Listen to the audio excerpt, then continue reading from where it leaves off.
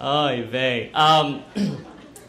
So it was a couple years ago in the summer, and I was walking my little dog Charlie. He's half Chihuahua, half Jack Russell. He's the most Instagram dog of all time.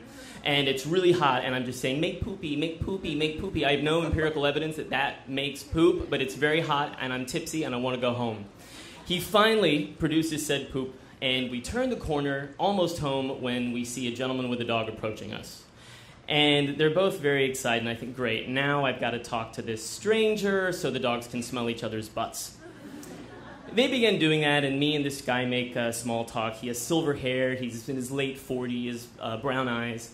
And we talk about the weather. Oh, it's so humid, right? Yeah, it's really hot. I was just in Texas. And I was like, oh, I'm from Texas. And he's like, oh my God, you must miss the Mexican food. Oh my God, yeah, you can't get good guacamole anywhere. And I love the margaritas, too, down south. He's like, oh my God, you love margaritas? There's a bar down there that has great margaritas. And they also have this great thing called picklebacks, which he proceeds to explain is when you take a whiskey shot, and then some bar in Williamsburg gives you, like, artisanal brine that you take after, at which point I tell him, I just barfed in my mouth a little bit. I don't want any part of that.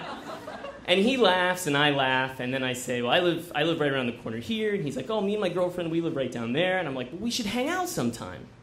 And he says, well, actually, I'm moving in 4 days. And I say, oh, where? And he tells me that for years he's vacationed in Belize. He loves going to Belize. He's a scuba diver, and he loves floating in the water and taking all these pictures. And he's going to go live there. And I'm like, oh, my God, you're making the American dream come true of leaving America and living somewhere else. That's amazing for you. And I said, your girlfriend must be so excited, you know? And he said, actually, my girlfriend's not going with me. I have terminal cancer and I have 6 months to live. And I just say, okay. And before I can say anything, he just starts apologizing. He says, I'm so sorry, I don't know why I said that to you. I'm like, I just met you, and I crossed a boundary, and I just emotional dump trucked on you. And he's getting so worked up, and he starts getting tears in his eyes, and I want to tell him to stop, and finally I say, no, it's okay. I'm a storyteller. Like, what? At which point, like, the ghost of myself steps out the front of me and walks around back and kicks me in my own ass. Like, this guy just told me about his mortality, and I countered with, I have a hobby. Like, that's what just happened, you know?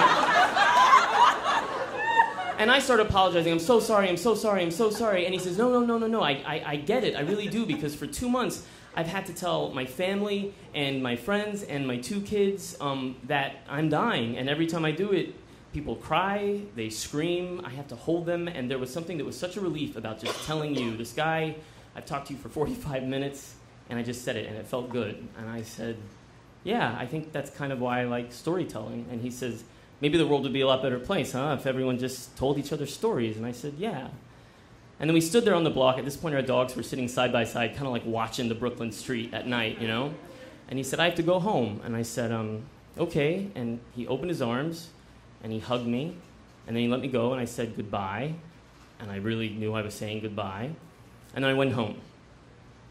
And then the next day I got on Facebook, and I found him, and I befriended him, and he accepted my friend request in that edited way, as he should, where you could just see, like, the banner picture and a profile and, like, 2 updates, you know? And over the next 6 months, I kept going to this page, and I could see him get to Belize through the banner picture. I could see the sky and the trees and the beach, and then just a series of the most beautiful underwater photos I've ever seen. Coral, schools of orange fish, stingrays. It was amazing. And then after about 6 months, they stopped, and I knew what had happened to this guy, Kevin, who I'd met. I knew that he was gone. About 2 months ago, I was on Facebook, and they just did that redesign that screws you over and makes you feel like a senior citizen every 6 months. I'm like, I can't find my invitations. I was that guy. And I found this like hidden, like a spam folder that I never knew was there, and I opened it, and I scroll through all these invitations, and I get to the bottom, and the day after we met, almost 3 years ago, I find this invitation from him, and it says, David, I really love talking to you. This is my phone number. Let's be friends. And I start crying and talking about life and mortality, and it's like this Alan Ball scripted 6 feet under thing, alone in my computer, sobbing with my dog looking at me like, what the fuck is wrong with you? And I have to go outside and get some fresh air, and before I do, I just I fire off this message that says, I'm here, let's talk, how are you? I'm here. And I send it, and I feel like I'm sending it into the ocean, you know, like I'm sending it into some sort of like blue digital heaven. And I go outside and I run into my neighbor who had lived there for years, and we just become friends, and she tells me, "What's wrong?" And I start explaining to her, and she says, "Wait. You're talking about Kevin? The jerk? Kevin?" And she proceeds to tell me that Kevin was subletting an apartment on our block with his girlfriend. He was dying of cancer. She went out of town, and when she came back, he had sold all of her things, presumably for money to go to Belize, but also to feed his crystal meth addiction. He had been a crystal meth addict for a year. He had lost 40 pounds, and I guess maybe he decided to parlay this truth into a myth about him having cancer and dying. And the worst part was that she said that I had dozens of neighbors all over who had had that exact same moment. They had hugged him and talked to him at bars and restaurants, walking their dogs. And I don't know what the instinct was. I don't know if he never had that sort of attention or love in his life, and I really don't care, but I just felt so manipulated and hurt and angry at him. And when I got back home, I checked my inbox, and he replied with, "Hey!" exclamation point.